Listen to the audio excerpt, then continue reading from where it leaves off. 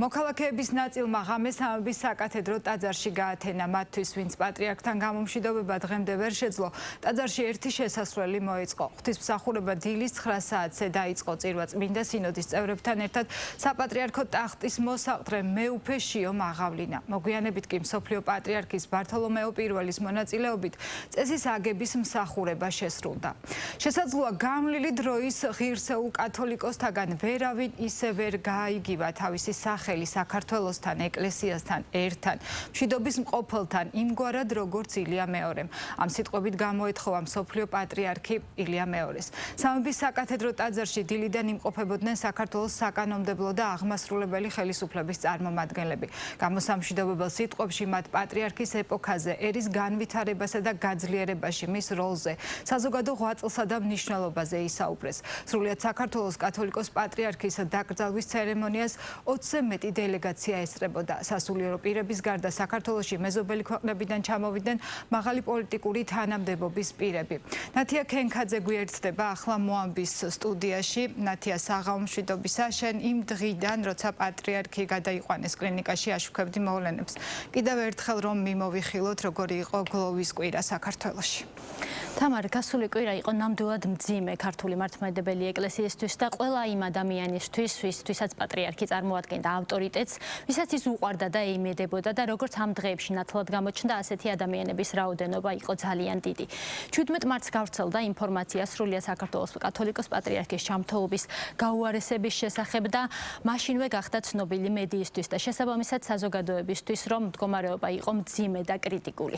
18 საათის განმავლობაში იბრძოდნენ კავკასიის მედიცინის ცენტრის ექიმები და მათთან ერთად კონსილიუმის ფორმატში ქვეყნის საუკეთესო რეანიმატოლოგები პატრიარქის სიცოცხლის გადასარჩენად და ამ 18 საათის განმავლობაში კლინიკაში უწყვეტად მიმდინარეობდა ლოცვა, სასულიერო პირები აღავლენდნენ პარაკლისებს და მრევლსაც თხოვდნენ, რომ განსაკუთრებულად ელოცათ. პატრიარქისთვის ექიმების მთავარი მიზანი იყო სასიცოცხლო მაჩვენებლების დასტაბილურება, თუმცა სამწუხაროდ საბოლოოდ ეს ვერ მოხერხდა და დაახლოებით ღამის 10 საათისთვის კათოლიკოს პატრიარქი გარდაიცვალა. იმავე წუთებში, როგორც კი ეს ინფორმაცია გავრცელდა, კლინიკასთან დაიწყო ხალხის შეკრება, ისინი მოდიოდნენ სანთლებით და ასე აცილებდნენ პატრიარქს კლინიკიდან საპატრიარქოსკენ. ქვეყანაში დაიწყო გლოვა და ამან მიაღწია ისეთ მასშტაბს, რომელსაც ალბათ არავინ ელოდა. მეორე დილიდანვე საპატრიარქოსთან ისევ შეიკრიბნენ ადამიანები, მიუხედავად იმისა, რომ მათ იცოდნენ, რომ აქ არ იმართებოდა ოფიციალური პანაშვიდი და მათ შიგნით არ შეუშვებდნენ, მათ სურდათ, რომ ყოფილიყვნენ სიახლოვეს იქ, სადაც იყო დასვენებული საქართველოს კათოლიკოს პატრიარქი და როდესაც დასრულდა სინოდის ხდომა, რომელმაც დაადგინა პატრიარქის დაკრძალვის თარიღი და ადგილი, საპატრიარქოსთან გზა სანაპირო იყო უკვე სრულად გადაკეტილი და ასე ხალხის ტალღაში გამოასვენეს საქართველოს კათოლიკოს პატრიარქი და წააბრძანეს ის სამების საკათედრო ტაძრისკენ, რომელიც 20 წლის განმავლობაში იყო მისი ყოველკვირეული შეხვედრის ადგილი საკუთარ მრევლთან, სადაც ის აღავლენდა წირვას ბოლომდე, სანამ ამის საშუალებას აძლევდა ჯანმრთელობის მდგომარეობა.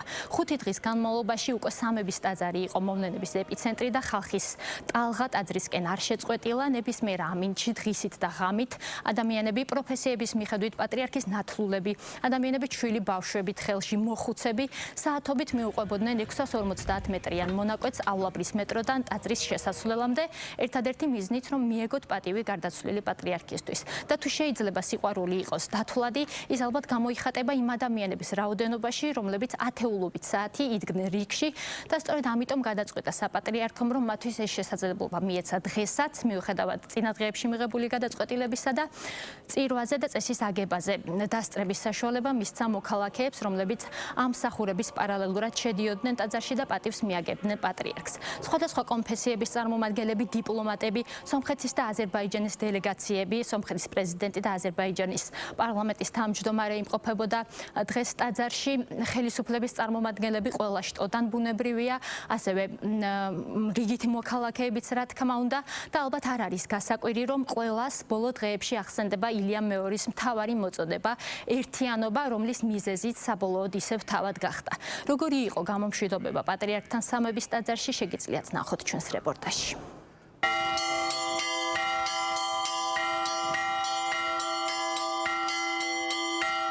ასე დაემშვიდობა დღეს პატრიარქს საქართველო. მისი ლოცვა კურთხევით გახსნილ და აღდგენილ 3000-ზე მეტ ტაძარში ერთდროულად დარეკილი გლოვის ზარებით კათოლიკოს პატრიარქი ილია მეორე ერისკაცობაში ირაკლი შიოლაშვილი უკანასკნელ გზაზე გააცილეს.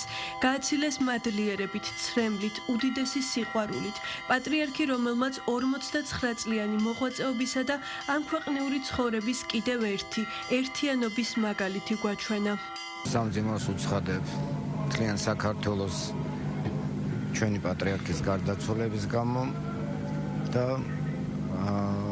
მოუწოდებ ყველას, როგორც მას უყვარდა ჩვენი ერი, ისე უყვარდეს ჩვენი პატრიარქი ყველას ქართველს, ყველა ქრისტიანს. სოფლიოში არ დაიბადება მასეთი პატრიარქი ჩვენ რო გვყავდა.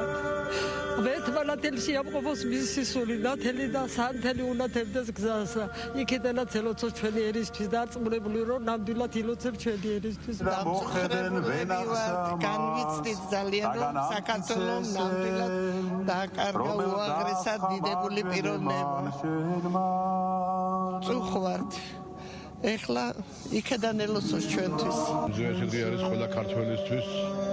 მეუჩნდომებით ჩვენს უდიდეს პატრიარქს. არ ვიცი, არ ამგონია, რომ დღევანდელი დღე ნებისმიერ ადამიანს დაავიწყოს საბათეს ჩაიწერება ისტორიაში დღევანდელი დღე და ყველა ქართველს მინდა მიუსამძინო. კურთხევა უფლისა თქვენზე და მისით ამადლითა და კაცმოყვარებითა ყოვლადვე აცდა მარადის და უკუნითი უკუნისამდე. დილიდან სამების საკათედრო ტაძარში ღვთისმსახურება სრულიად საქართველოს საპატრიარქო ტახტის მოსაყდრე, სენაკისა და ჩხოროწყუს მიტროპოლიტმა შიომ, წმინდა სინოდის წევრებთან ერთად აღავლინა. ტკივილით სავსე დღეები და ამ ტკივილით გაერთიანებული საქართველო. ეს იყო თანამოსაყდრის ქადაგების მთავარი თემა. 49 წლის განმავლობაში ჩვენმა პატრიარქმა ბეწვის ხიდზე მამამთავრული სიბრძნით ატარა ჩვენი ქვეყანა და მრავალ განსასწრებს გადაარჩინა. როგორც ბრძანებს მოციქული პავლე, ღვაწლი კეთილი მოიღვაწა, სრბა აღასრულა, სარწმუნოება დაიმარხა. მთელი მისი ამ ქვეყნიური ცხოვრება იყო გზა მოწამეობისა, ვითარცა ზეცისა კაცისა და ქვეყანისა ანგელოზისა. შეწირული ღმერთს, სამშობლოს და ადამიანს. ამ სამ საუნჯეს იგი მთელი ცხოვრება თავ დაუზოგავად ემსახურა, რისი შედეგიც თაობებს გაჰყვება როგორც მაგალითი ცოცხალი რწმენისა, სიმდაბლისა და სიბრძნისა. მოგეხსენებათ, მან როგორც პირველ იერარქმა მოღვაწეობა ურთულეს პერიოდში დაიწყო. ჩაიბარა ათეისტური რეჟიმისგან დევნილი, დაკნინებული, შევიწროებული ეკლესია. მისი აღსაყდრებისას მოქმედი იყო მხოლოდ 7 ეპარქია. გვყავდა 80-მდე სასულიერო პირი, ფუნქციონირებდა 50-მდე ეკლესია და სამლოცველო. დღეს გვაქვს 59 ეპარქია, მათ შორის 7 საზღვარგარეთ. გვყავს 3000-ზე მეტი სასულიერო პირი და ფუნქციონირებს 2500-ზე მეტი ეკლესია მონასტერი. მისი მოღვაწეობის ნაყოფია ყოვლადწმინდა სამების ეს დიდებული ტაძარი, რომელშიც ჩვენ ვიმყოფებით. ჩვენი პატრიარქის ძალისხმევით წმინდანად შეირაცხა არაერთი საეკლესიო და საერო მოღვაწე. გაიხსნა თბილისისა და გელათის სასულიერო აკადემია სემინარიები, ასევე 4 სხვა სემინარია. ამოქმედდა საეკლესიო სკოლა გიმნაზიები, საპატრიარქოს უნივერსიტეტი, ტელევიზია და რადიო, აღორძინდა საუკუნეების განმავლობაში მივიწყებული ქართული საეკლესიო გალობა და აღდგა საეკლესიო ხელოვნების პრაქტიკულად ყველა დარგი. ყველანი მომსწრენი ვართ საოცარი ფაქტისა. 4 დღეა ზღვა ხალხი, დიდი თუ პატარა, უზარმაზარ ნაკადად მოედინება სამების საპატრიარქო ტაძრისკენ, რათა თავისი სიყვარული და პატივისცემა გამოხატონ დამაშვრალი სულიერი მამისადმი. ეს პირველ რიგში არის მადლიერება ღვთისადმი, რომ ჩვენ ასეთი წყემსთავარი მოგვივლინა. სრულიად საქართველოს კათოლიკოს პატრიარქის ილია მეორის გამოსათხოვარ ცერემონიას 20-ზე მეტი ქვეყნის დელეგაცია ესწრებოდა. მათ შორის მაღალი რანგის სამთავრობო წარმომადგენლები და დიპლომატიური კორპუსის წევრები. ქვეყნის სულიერი მამისთვის პატივის მისაგებად საქართველოში ჩამოვიდა 14 მართლმადიდებელი ავტოკეფალური ეკლესიის წარმომადგენლობაც. მართლმადიდებლური სამყაროს სასულიერო პირებმა კარგად იციან რა როლი ჰქონდა ილია მეორეს როგორც ქართული ეკლესიის გაძლიერებაში, ისე ქვეყნის სულიერ და საზოგადოებრივ ცხოვრებაში. უწმინდესისა და უნეტარესის სრულიად საქართველოს კათოლიკოს პატრიარქის ილია მეორის წესისაგების მსახურება მსოფლიო პატრიარქმა ყოვლადუწმინდესმა ბართლომეოს პირველმა საქართველოს ეკლესიის წმინდა სინოდის წევრებთან ერთად შეასრულა.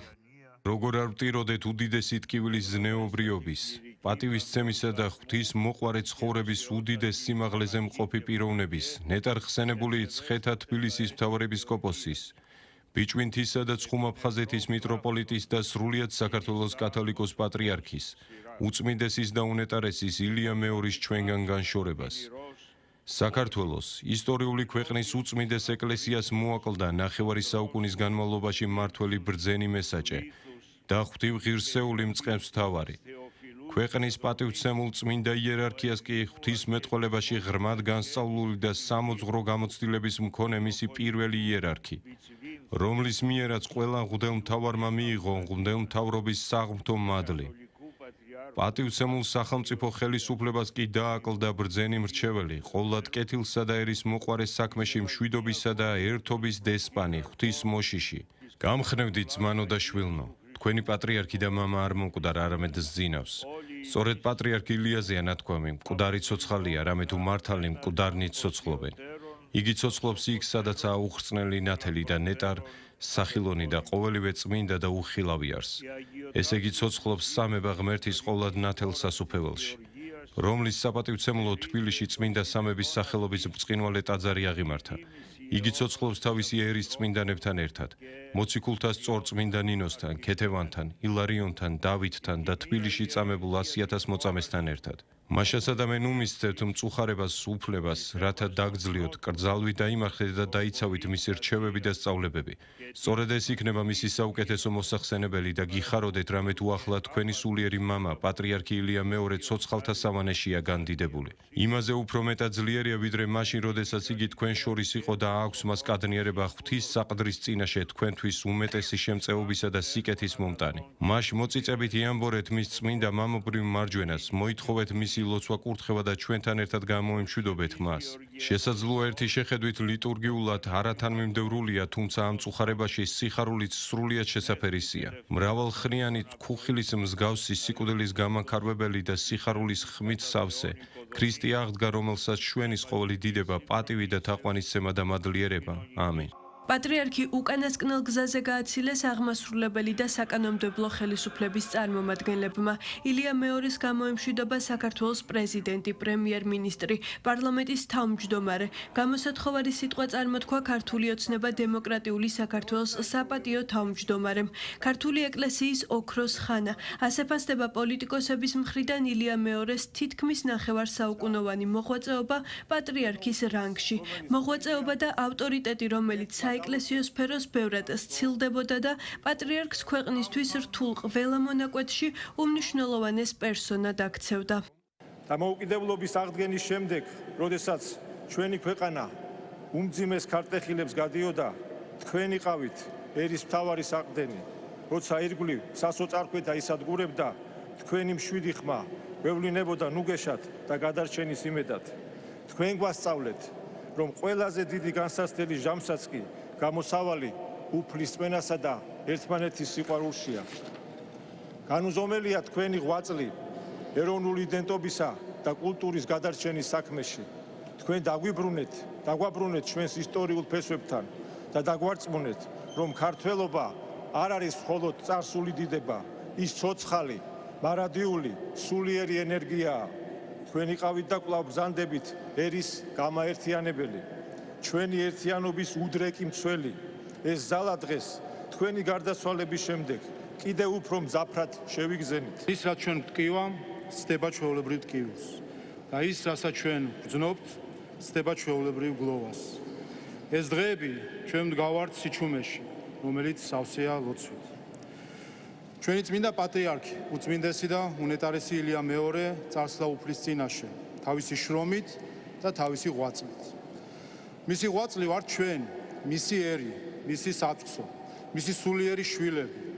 უფალმა ის მოავლინა მარტო კაცად და ის უბრუნდება შემოქმედს მთელი ერით, ასე ხილულად, ასე ერთად, ასე გამთლიანებულად, როგორც ამ დღეებში ყველამ ცხადად ვიხილოთ. უწმინდესი და უნეტარესი აღმოჩნდა ჩვენი ერისა და ეკლესიის ის მტკიცე დუღაბი, რომელმაც უღმერთობისა და ნიჰილიზმის დროში ჩვენი წარსული აწყოსთან, ხოლო აწყო მომავალთან დააკავშირა. ჩვენ ვიხილეთ ღვთის სასწაული, ფერფლიდან აღდგარი ქართული ეკლესია, რომელიც მან მარტომ შიშველი ხელებით თავიდან გამოკვეთა. უწმინდესისა და უნეტარესის მოღვაწეობის პირველი წლები გასდევდა ქართული კულტურის ოქროს ხანას.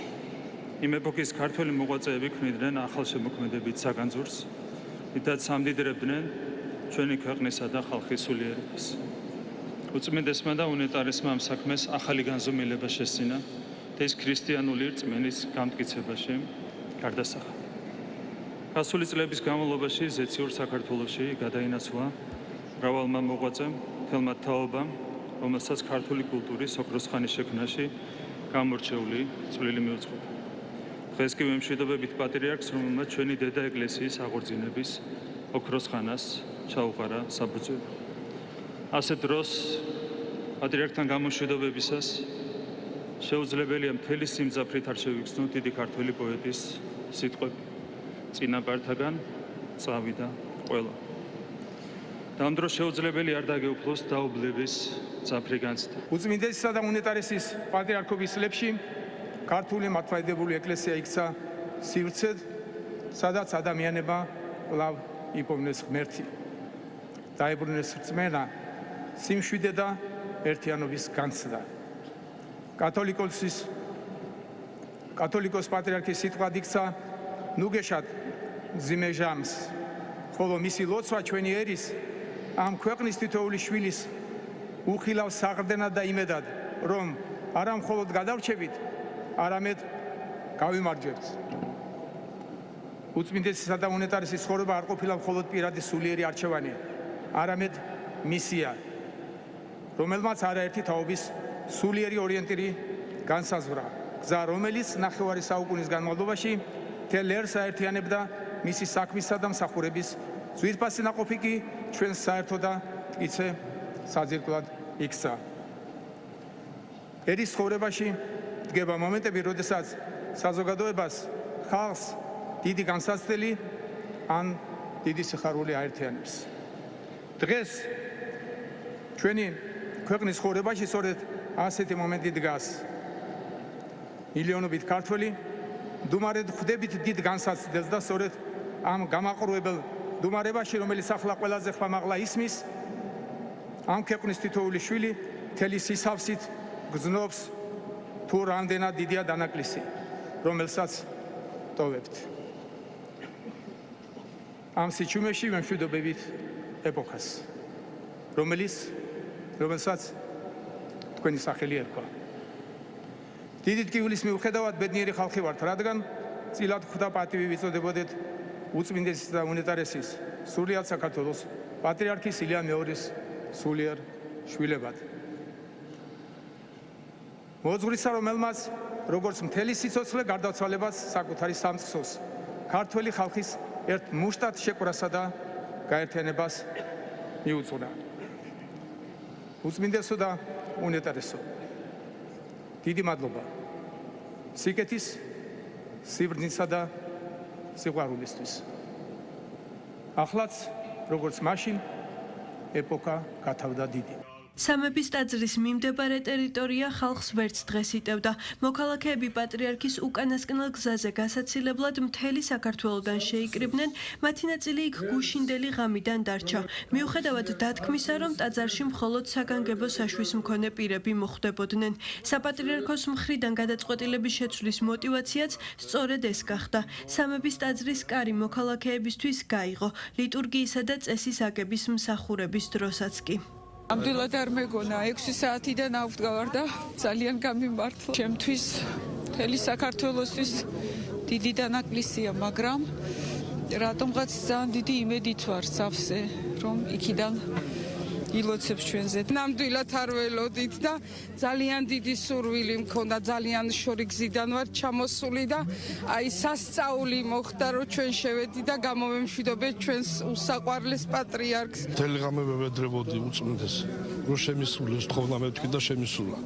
და იმდენი ხანი გუში მთელი დღე ვეწვალე შევედი. ვწვალოთ. მადლობა აფალსეს, ჩვენი პატრიარქი არის ამ უწურავი სიხარული არის. ტაძარი, რომელიც კათოლიკოს პატრიარქის კურთხევით აშენდა და მრევლით გაივსო. სწორედ ეს ტაძარი იყო 5 დღის განმავლობაში გლოვის და გამომშვიდობების ადგილი. 24 საათის განმავლობაში ათეულობით საათიან რიგში დგომის შემდეგ ყველა ასაკის, სფეროს და შეხედულების ადამიანი აქ სულიერ მამასთან გამომშვიდობების სურვილმა გააერთიანა. ერთობა, რომელიც პატრიარქის მთავარი მოწოდება და ოცნება იყო, შედგა.